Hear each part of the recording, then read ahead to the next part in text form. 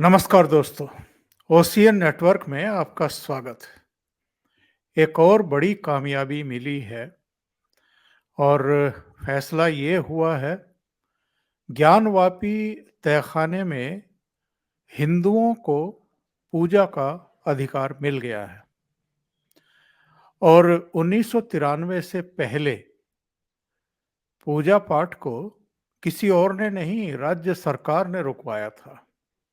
और वो कौन सी राज्य सरकार है, जरा ये भी आज जानेंगे।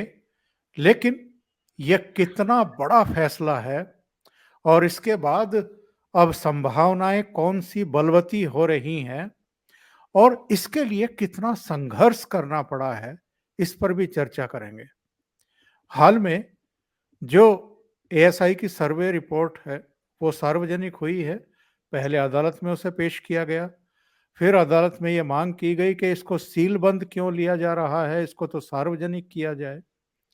बाद में वो मांग स्वीकार हुई और प्रारंभिक तौर पर ही ये जानकारी मिल गई कि 32 ऐसे एविडेंस हैं जो चीख चीख करके बता रहे हैं कि ये तो विशाल मंदिर था जिसको ध्वस्त करके उसके ऊपर मस्जिद बना दी गई। और वहां जाने वाले और उसको देखने वाले भी वो कहते हैं कि किसी सर्वे की जरूरत है ही नहीं। वो तो साफ साफ दिखाई दे रहा है कि किस तरीके से अभी भी मंदिर की दीवार से लेकर के और तमाम जो मूर्तियां हैं, जो भग्ना अवशेष हैं, उनसे ये साफ होता है कि ये तो मंदिर तोड़ करके ही इस पर खड़ी की गई थी। तो मेरे साथ बहुत ही खास मेहमान जुड़ रहे हैं, अनुपम मिश्रा जी प्रयागराज से, सीनियर जर्नलिस्ट। तो उनके साथ जुड़ करके इस विषय को आगे बढ़ाते हैं। अनुपम जी, बहुत स्वागत है आपका। नमस्कार। अनुपम जी, ये बताइए, ये कितनी बड़ी कामयाबी है जो आज मिली है, हिंदुओं को पूजा का अधिकार मिलना। कितना बड़ा एक कहें कि आगे बढ़ने का एक संकेत और संदेश मिल गया है हमें। ओंकार जी, कामयाबी तो ठीक है और हिंदुओं के लिए बड़ी बात भी है, लेकिन अगर इसकी तह में जाएंगे तो हमारे दर्शक एकदम अचंभित रह जाएंगे। ये जो आज आदेश हुआ है वो हुआ क्या है? ज्ञानवापी के तहखाने में हिंदुओं को पूजा का अधिकार, पर यह अधिकार छीना कब था? ये अधिकार तो कभी छीना ही नहीं। 350 साल से जब वहां मस्जिद तामीर हुई है तब से लगातार वहां पूजा हो रही थी और 1993 तक पूरे 350 साल पूजा हुई। हुआ क्या? अच्छा, तो क्या ये अधिकार न्यायपालिका ने छीना? क्या ये अधिकार सरकार ने छीना? कोई आदेश ही नहीं है, ना न्यायपालिका का आदेश है। और आपको सुन के आश्चर्य होगा ओंकार जी कि राज्य सरकार का भी कोई आदेश नहीं इस पूजा को समाप्त करने का या इसको रोकने का। हुआ क्या कि 1992 में बाबरी मस्जिद ढाई गई। वो ढांचा जब ढह गया तो फिर दिसंबर 1993 में मुलायम सिंह यादव की सरकार बनती है और 1993 तक पूजा बेरोक टोक जारी थी वहां पे। मुलायम सिंह ने मुख्यमंत्री बनते ही ये कहा कि साहब, वो बाबरी मस्जिद के साथ एक धोखा हो चुका है, हम नहीं चाहते हैं कि ज्ञानवापी के साथ भी ये धोखा हो। उन्होंने सीधे सीधे स्थानीय पुलिस प्रशासन को मौखिक आदेश देकर, ध्यान दें, मौखिक आदेश देकर अदालत में यह बात निकल कर आई कि ना ही सरकार, ना ही न्यायालय, ना ही प्रशासन, तीनों स्तर पे कोई आदेश नहीं है पूजा रोकने का। मौखिक आदेश देकर मुलायम सिंह यादव ने इस पूजा को 1994 से रुकवा दिया। 31 साल ये पूजा सिर्फ मौखिक आदेश पर बंद पड़ी रही। आप सोचें ओंकार जी, इसके लिए कोई लिखित आदेश जारी नहीं हुआ। उसके बाद तमाम मुख्यमंत्री आए, लेकिन किसी की हिम्मत नहीं पड़ी कि इस बर के छत्ते में हाथ डाले कि साहब बवाल हो जाएगा। मुकदमा हुआ, चलता रहा। देखिए देखिए, मोदी सरकार में और कुछ हुआ नहीं हुआ। तमाम लोग ये कहते हैं कि अरे साहब, अदालत से फैसला हो गया, इसमें मोदी सरकार का क्या रोल? तो साहब, मोदी सरकार में सारे मुकदमे क्यों तय हो रहे हैं? जो 150 पौने 200 साल से मुकदमे चल रहे थे वो सब इसी सरकार में क्यों तय हो रहे हैं? तो साहब, अदालत ने इसको देखा और कहा कि साहब, इसको तो रोकने का कोई आदेश ही नहीं है, आपको क्यों रोका गया है? वो कहा साहब नहीं जाने दे रही है पुलिस। उन्होंने वहां आसपास बैरिकेडिंग कर दी है, लोहे की जाली लगा दी है, लोहे की दीवार बना दी है, बहुत ढेर सारी पुलिस पोस्ट हो गई है वहां पे। तो ऐसे में आज न्यायालय ने आदेश दिया कि साहब जब इसको रोकने का कोई आदेश ही नहीं है, कोई औचित्य ही नहीं है, तो आप कैसे रोक सकते हैं। इसमें मैं प्लेसेस ऑफ वर्शिप एक्ट की भी बात करना चाहूंगा ओंकार जी। बहुत मुस्लिम पक्ष द्वारा इसका हवाला दिया जाता है। प्लेसेस ऑफ वर्शिप एक्ट ये कहता है कि 1947 15 अगस्त 1947 को जहां पूजा हो रही थी होती रहेगी, जहां नमाज हो रही थी होती रहेगी। तो ऐसे में 350 साल से चली आ रही इस पूजा, जो 1947 तक ही नहीं 1993 तक चलती रही, उसको रोकने का किसी को क्या हक था। क्योंकि तब तक 1991 में प्लेसेस ऑफ वर्शिप एक्ट बन चुका था। मुलायम सिंह सरकार संवैधानिक रूप से बाध्य थी उस पूजा को अलाउ करने के लिए, पर उन्होंने, जैसा कि आप जानते हैं, मुलायम सिंह का मिजाज जानते हैं, समाजवादी पार्टी का मिजाज जानते हैं, उन्होंने इस पूजा को रोक दिया, जिसको आज न्यायालय ने शुरू कराया है। सर्वे में आपने देखा कि वहां से विष्णु, गणेश, शिव सबकी मूर्तियां मिली और वहां रेगुलर पूजा भी होती थी। तो अब ऐसे में आज न्यायालय ने कहा है कि साहब 1993 तक जो पूजा हो रही थी उसे होने दिया जाए, क्योंकि उसे रोकने का ना कोई औचित्य है ना कोई आदेश। ओंकार जी। और अनुपम जी ये बताइए, ये जो सर्वे रिपोर्ट आई थी और उसमें जो जानकारियां मिली हैं, अब इसके बाद क्या हम ये माने कि अयोध्या की तरह हम उस दिशा में बढ़ गए हैं, हमारे मजबूत कदम बढ़ गए हैं, बस न्यायालयों का झमेला है निचले स्तर से लेकर के ऊपर तक, उसमें कितना समय लगेगा, थोड़ा इसका भी आकलन जरूर बताएं। अच्छा देखिए, सर्वे रिपोर्ट के बारे में भी मैं 2-3 बातें बताऊं आपको। जैसे पहले तो आप जान लें कि ज्ञानवापी, ज्ञान सब लोग जानते हैं, वापी मतलब कुआं, ज्ञान का कुआं। दुनिया में किस मस्जिद का नाम ज्ञानवापी हो सकता है संस्कृत में, आप खुद ही सोचे। बहरहाल इसको लेकर कभी कोई विवाद नहीं रहा। हम शुरुआत करते हैं इरफान हबीब के उस बयान से जो उन्होंने सर्वे रिपोर्ट के बाद आने के दिया। इरफान हबीब और रोमिला थापर, इन दोनों को मैं सबसे बड़ा दोषी मानता हूं फर्जी इतिहास गढ़ने के लिए। इरफान हबीब, जब उनसे पूछा जाता है कि साहब सर्वे रिपोर्ट तो ऐसी आई है, आप जरा बेशर्मी की इंतहा देखें। जो शख्स 70 साल तक चुप रहा, जिसने इस पे कितनी किताबें लिखी पर यह बात नहीं लिखी, जिसने पूरे सर्वे रिपोर्ट के मुकदमा district court, high court, supreme court चलता रहा, वो आदमी चुप रहा। वो सर्वे रिपोर्ट आने पे कहता है कि ये तो सबको मालूम था वहां मंदिर था, ये तो सबको मालूम था कि वहां मंदिर गिरा के मस्जिद बनाई गई है। अरे साहब, आप यदुनाथ सरकार की किताब पढ़ लेते, आपको पता चल जाता।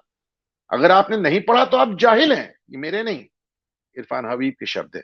यदि आपने किताब नहीं पढ़ी तो आप जाहिल हैं। सर्वे रिपोर्ट की तो जरूरत ही नहीं थी, सर्वे कराने की ही जरूरत नहीं थी एएसआई की। हम सबको मालूम था वहां मंदिर था और उसको गिराया गया। लेकिन अब मस्जिद बन गई तो बनी रहने देनी चाहिए, उसको आपको हटाना नहीं चाहिए। ये इरफान हबीब, ये इरफान हबीब कुछ दिन पहले पटना में अपनी एक किताब के विमोचन में आए थे। तो वहां ओंकार जी उनसे एक सवाल होता है कि साहब नालंदा के बारे में आपको क्या कहना है, जिसे बख्तियार खलजी ने जला दिया था। तो उन्होंने कहा मुझे नालंदा के बारे में सिर्फ ये कहना है कि ऐसी बातें पढ़ाई नहीं जानी चाहिए। कहा क्या बोल रहे हैं आप। उन्होंने कहा जी, वो बातें नहीं पढ़ाई जानी चाहिए जिससे नफरत फैलती है, पढ़ाइए आप सिर्फ वही जिससे मोहब्बत फैले। तो इरफान हबीब ये तय कर लें कि वो इतिहासकार हैं कि मोहब्बत की दुकान चला रहे हैं राहुल गांधी की तरह। इतिहासकार का इतिहास ऐसा हुआ, हिस्ट्री का काम है ये बताना क्या हुआ। हिस्ट्री का काम मोहब्बत फैलाना नहीं है, नफरत फैलाना नहीं है। अगर ये मोहब्बत और नफरत की ही इतनी बात है तो फिर जाति प्रथा पे भी बात करना बंद कर दीजिए, गरीबी अमीरी पे बात करना बंद कर दीजिए, सारी बातों पे बात करना बंद कर दीजिए, क्योंकि साहब इस पे तो नफरत फैलती है। क्या बेशर्मी की बात है। बहरहाल जो इरफान हबीब कह रहे थे उसको मैं थोड़ा और एक्सप्लेन कर दूं कि इतिहासकारों में कभी इस बात को लेकर कोई संशय ही नहीं रहा कि वहां मंदिर था, उसको गिरा के मस्जिद बनाई गई। दो तरह के इतिहासकार हुए, एक इरफान हबीब और रोमिला थापर टाइप के वामपंथी इतिहासकार, जिनका यह कहना था कि शिवाजी जब आगरा से औरंगजेब के किले से छूट के निकले, बच के निकले, तो उन्होंने वाराणसी में विश्वनाथ मंदिर में शरण ली और वहां के महंतों ने इनको बहुत दिन अपने पास रखा। इसके चलते औरंगजेब नाराज था और उसने इस मंदिर को ढहाने का आदेश दिया। और इसमें उसका मकसद सियासी, यानी उसका जो उद्देश्य था वो राजनीतिक था। वो बुत परस्ती के खिलाफ, काफिरों के खिलाफ कोई कार्रवाई नहीं थी। वहीं दूसरी तरफ आप देखें कि यदुनाथ सरकार और ये आपके जो दूसरे राइटर्स हुए हैं, उनका उनका ये मानना है कि साहब नहीं, ऐसी कोई बात नहीं थी। उसमें कोई सियासी मकसद नहीं था, उसमें कोई राजनीतिक पर्पस नहीं था। और ये जो जो कुछ भी हुआ वो सिर्फ और सिर्फ इसलिए हुआ क्योंकि औरंगजेब इनके खिलाफ था। आरसी मजूमदार ने लिखा है, जेएन चौधरी ने लिखा है, और तो और औरंगजेब ने खुद अपनी आलमगिरी में लिखा है, अपनी उसमें जीवनी में लिखा है। उसके ऊपर वो जो मसारे आलमगिरी आप वो पढ़ लें, और या फिर उसकी जो अपनी बायोग्राफी है, जीवनी है, वो पढ़ लें। औरंगजेब के हाथ का लिखा हुआ फरमान कोलकाता म्यूजियम में सुरक्षित है। आपने देखा कि उससे क्या नाम है, ज्ञानवापी से एक शिलालेख बरामद हुआ जिसमें पता चला कि ये मस्जिद कब बनी थी। तो ये जो दूसरा पक्ष है इतिहासकारों का,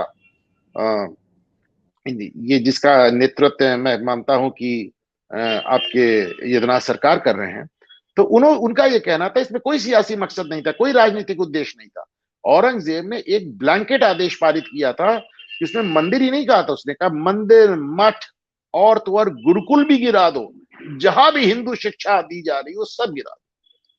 तो उनका ये कहना था। तो मतभेद इस बात पे नहीं था कि मंदिर था कि नहीं, मतभेद इस बात पे था कि मंदिर को गिराने का उद्देश्य क्या था। तो इसमें तो कभी कोई डाउट रहा ही नहीं ओंकार जी। अनुपम जी, यहाँ से आगे का रास्ता जो मैंने कहा था कि जो अयोध्या में भगवान राम जन्मभूमि को सौंपने की बात हुई जब, तो एविडेंस क्या थे? एविडेंस तो यही एएसआई सर्वे की रिपोर्ट थी। हालांकि बहुत सारे लोगों ने दूसरी बयानबाजी की, ओवैसी से लेकर के तमाम दूसरे लोग, लेकिन बेस तो यही था। अब बेस आपके हाथ में है, अब क्या संभावना आपको लग रही है? अयोध्या के रास्ते पर ही काशी जाएगी? आपका बयान। देखें, ये रास्ता आगे कहाँ जाएगा उसके लिए हम अब तक का रास्ता देख लें ओंकार जी। मैं गया था ज्ञानवापी, वहां पे जो मस्जिद की इंतजामिया कमेटी थी, मैंने उनके साथ मस्जिद देखी। उसकी जो एक पश्चिमी दीवार जिसे कहते हैं, उसको किबला वॉल कहते हैं। किबला वॉल पश्चिम की वो दीवार होती है जिधर मुंह करके लोग नमाज पढ़ते हैं, क्योंकि भारत के लिहाज से मक्का पश्चिम में है और नमाज हमेशा काबा की तरफ मुंह करके पढ़ी जाती है। तो ऐसे में जो किबला वॉल थी, तो उसकी 3 दीवारें तो सफेद, गुंबद भी सफेद। जैसा कि एएसआई ने बताया कि साहब दीवार और खंबे सब मंदिर के हैं, उनके ऊपर सिर्फ गुंबद तामीर कर दिया गया, और खंबों से और दीवारों से उन्होंने जो भगवानों की मूर्तियां थी और वो सब खुरच के हटा दी। तो बहरहाल मैंने कहा कि साहब आपकी 3 दीवारें आप हर साल चूने से पोत के सफेद करते हैं, अब ये चौथी दीवार है, कोई अंधा भी उसको देख के टटोल के बता देगा कि मंदिर की दीवार है। उसमें देवी देवताओं की मूर्तियां बनी है, शिवलिंग बना है, उसका घंटा घड़ियाल बना है, उसको देख के समझ में आता है मंदिर की मूर्ति। तो हमने कहा साहब आप 3 दीवारें तो आप सफेद कर देते हैं, आप चौथी दीवार पे सफेदी क्यों नहीं पुतवाते हैं, वो भी उसको मस्जिद की तरह कर दीजिए। तो उन्होंने उसका कोई हमको संतोषजनक उत्तर नहीं दिया।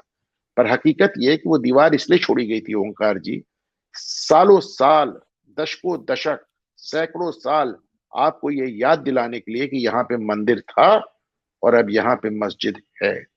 आप समझें, जैसे आपने दिल्ली में देखा ना, उन्होंने जैन और हिंदू मंदिरों को, 27 मंदिरों को गिरा के जो मस्जिद बनाई, उसका नाम क्या रखा? उसका नाम रखा कुव्वत इस्लाम, यानी इस्लाम की ताकत। इसी तरह जो ज्ञानवापी है वो आपको इस्लाम की ताकत दिखाता है। इसीलिए एक दीवार छोड़ी गई थी आपको याद दिलाने के लिए, आपको बेइज्जत करने के लिए, आपको ह्यूमिलेट करने के लिए। ये रास्ता है, आप देखें। तो यहां तक हम इस तरह आए हैं। तो अब ऐसे में ये रास्ता आगे कहाँ जाएगा, ये बहुत कुछ न्यायालय पे डिपेंड करेगा। मेरी न्यायालय से बस इतनी उम्मीद है कि पिछली बार राम जन्मभूमि का मुकदमा 150 पौने 200 साल चल गया, ऐसा ना हो। इस बार मुकदमे को थोड़ा जल्दी तय कर दें। अब जैसे सुप्रीम कोर्ट में भी एक हियरिंग लगी हुई है वहां पे वजू खाने को लेके, तो उसको सुप्रीम कोर्ट ने काफी लंबे समय तक कर रखा है, स्टे पे डाल रखा है। तो मैं उम्मीद करता हूं कि इस बार सुप्रीम कोर्ट अ, थोड़ा जल्दी इस पे फैसले सुनाएगा, क्योंकि इसमें कोई और फैसले की गुंजाइश है नहीं। ओंकार जी, किसी और फैसले की गुंजाइश है नहीं। के मोहम्मद, जिनकी रिपोर्ट अयोध्या में अभी आप जिक्र कर रहे थे, उन्होंने अभी अपनी जीवनी लिखी, an Indian I am.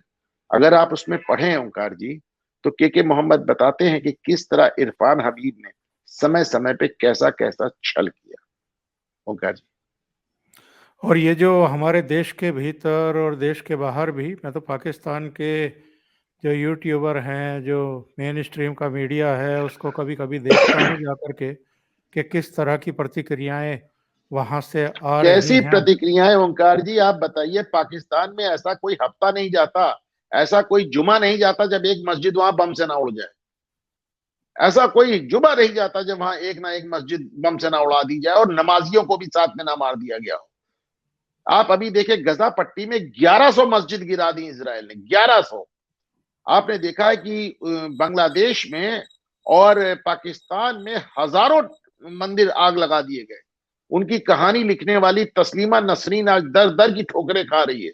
Bangladesh से निकाल दी गई और भारत में उसको ममता बनर्जी और ओवैसी जैसे लोगों ने दौड़ाया, वो यहां से भी भाग गई।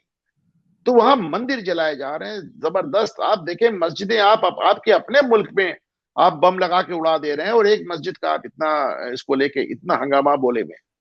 आज हम लोगों ने देखा मेहरौली में सवेरे सवेरे डीडीए के बुलडोजर ने मस्जिद, दरगाह और ये क्या नाम है, जहां पे मदरसा और कब्रिस्तान, सब पे बुलडोजर चला दिया। आज की बात है। क्या लगता है आपको, यहाँ तो केवल जो कट्टरपंथी मुस्लिम चेहरे हैं वही इस तरह की घटनाओं पर और फैसलों पर भड़काऊ बयान नहीं देते हैं। ऐसी कई हाँ, पॉलिटिकल पार्टियां हैं। मुझे तो हंसी आती है। मुझे मेरे शब्दों के लिए माफ कीजिएगा ओंकार जी, पर ये जो ओवैसी जैसे लोग हैं, इनके दादाजी तो अब तक इरफान हबीब ही थे ना, जो इनको समझाते थे ऐसा नहीं वैसा। अब वो आपके दादाजी ही आके कह रहे हैं कि नहीं साहब वहां मंदिर था, उसको गिरा के मस्जिद बनाई गई।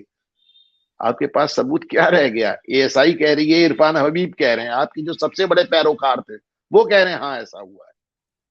औरंगजेब के अपना फरमान रखा हुआ है ओरिजिनल, शिलालेख मिल रहा है, ऐसी रिपोर्ट आ गई है, मस्जिद के अंदर मूर्तियां मिल गई हैं, कार्विंग्स मिल गई हैं।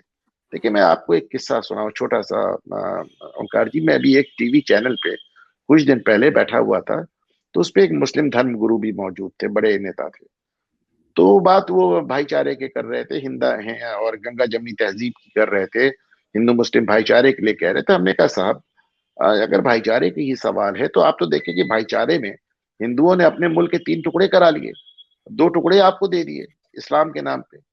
तो आपसे पलट के जिस मुल्क में हिंदुओं ने अपने मुल्क के 3 टुकड़े करा के 2 टुकड़े इस्लाम के नाम पे दे दिए, आपसे पलट के सिर्फ एक गुजारिश करते हैं, आपसे कहते हैं साहब, आप वो जो छोड़ो मस्जिद, छोड़ो उस मस्जिद के अंदर वो जो पत्थर का टुकड़ा जिसके ऊपर तुम सैकड़ों साल से कुल्ली कर रहे हो, पैर धो रहे हो, हाथ धो रहे हो, वो मस्जिद, वो पत्थर का टुकड़ा हमें दे दो साहब, भाईचारे के नाम पे।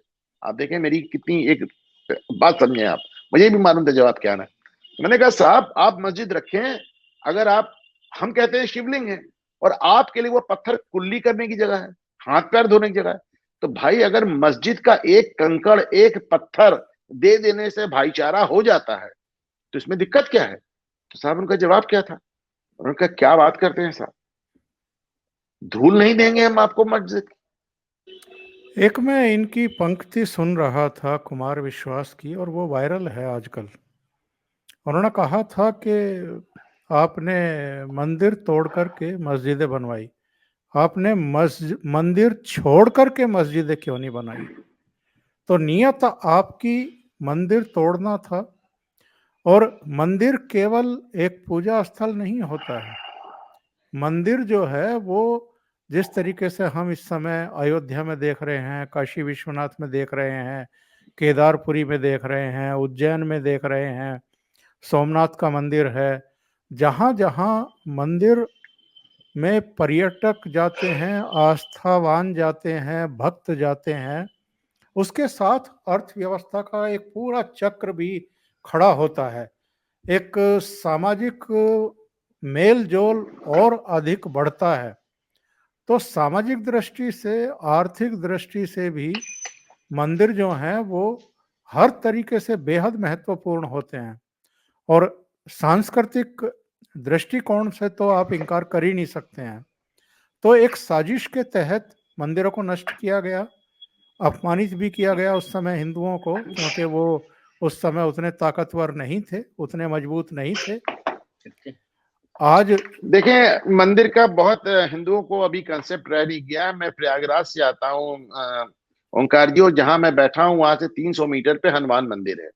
उस हनुमान मंदिर के अंदर एक वेधशाला है, एक व्यायामशाला है, एक पुस्तकालय है, एक शादी ब्याह होने की जगह है, एक औषधालय है। तो मंदिर आप साउथ में जाके देखे ऐसे ही होते हैं। इसके अलावा उसमें म्यूजिक, डांस, थिएटर, कल्चर सबकी जगह होती है, नृत्यशाला होती है, सब कुछ होता है। यही नहीं, एक जमाने में मंदिर राजा को लोन देते थे युद्ध लड़ने के लिए। जब राजा युद्ध लड़ने जाता था तो मंदिर लोन तक देते थे। तो वो मंदिर नहीं है, वो हिंदू सभ्यता का केंद्र हुआ करते थे।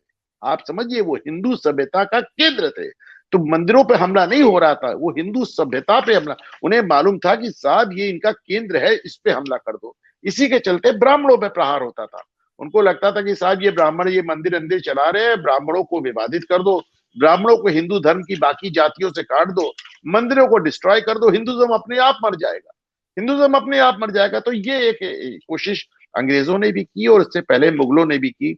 पर अब वो है ना कि साहब, अभी आपको मैं बार बार कहता हूं और याद दिलाता हूं कि पूरी दुनिया में हम इकलौते मुल्क हैं ओंकार जी, जहां जिसको इस्लाम ने जाकर जीता, पर वो मुल्क इस्लामिक नहीं हुआ। हम आज भी हिंदू मुल्क हैं। हम इकलौते देश हैं जहां इस्लाम जाके जीता भी और देश इस्लामिक नहीं कर पाया। हम आज भी बहुसंख्यक हिंदू देश हैं ओंकार जी। तो जो मंदिरों पे जो अटैक था, तो आप देखें 1920 में के 22 में अंग्रेजों ने एक कानून बनाया। उन्होंने कहा जितनी रिलीजियस प्लेसेस हैं वो सब की सब सरकार के अंडर में होंगी। विरोध हुआ तो उन्होंने उससे मस्जिदों को छोड़ दिया, गिरजाघरों को छोड़ दिया, और मस्जिदों और क्या नाम है, गुरुद्वारों को छोड़ दिया। मंदिरों से कब्जा नहीं छोड़ा। आज भी देखिए सारे मंदिर इतने अमीर। आप देखें उड़ीसा में, देखें नवीन पटनायक सबसे ज्यादा गैर विवादित मुख्यमंत्री, लेकिन उन्होंने 1 लाख बीघा जमीन उन्होंने जो वहां पे उड़ीसा में हमारा पुरी मंदिर है उसकी बेच डाली। वो मंदिर के नाम जमीन थी, 1 लाख बीघा उन्होंने बेच दी।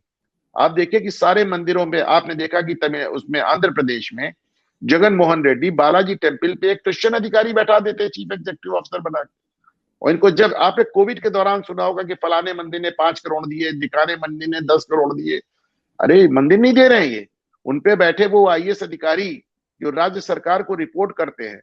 राज्य सरकार को जब जितने पैसे की जरूरत होती है उस अधिकारी से कहते हैं, वो घोषणा कर देता है और मंदिर के खजाने से निकल के चला आता है। तो हमारे मंदिर आज भी सरकार के कब्जे में हैं और मोदी सरकार को ये वादा अभी पूरा करना बाकी है। अगर राम मंदिर का जैसे ट्रस्ट बना है जिसपे कोई सरकारी कंट्रोल नहीं है, मैं समझता हूं हर मंदिर का ऐसा एक ट्रस्ट होना चाहिए और जिसपे सरकारी कंट्रोल नहीं होना चाहिए। हिंदुओं की चीज हिंदुओं को वापस मिलनी चाहिए। हिंदू अगर अपनी कमाई से अपने अपने अपने जाके 2 पैसे मंदिर पे चढ़ाता है तो इसलिए नहीं चढ़ाता है कि आप उससे निकाल के देश की सड़कें बनाओ। वो चढ़ाता है अपने कल्चर को, अपने धर्म को, अपनी संस्कृति को, अपने समाज को समृद्ध करने के लिए। ओंकार जी, बहुत बहुत धन्यवाद अनुपम जी, आपने ओशियन नेटवर्क के लिए इतना समय निकाला और महत्वपूर्ण मुद्दों पर चर्चा की। Thank you so much. Thank you, thank you. नमस्कार।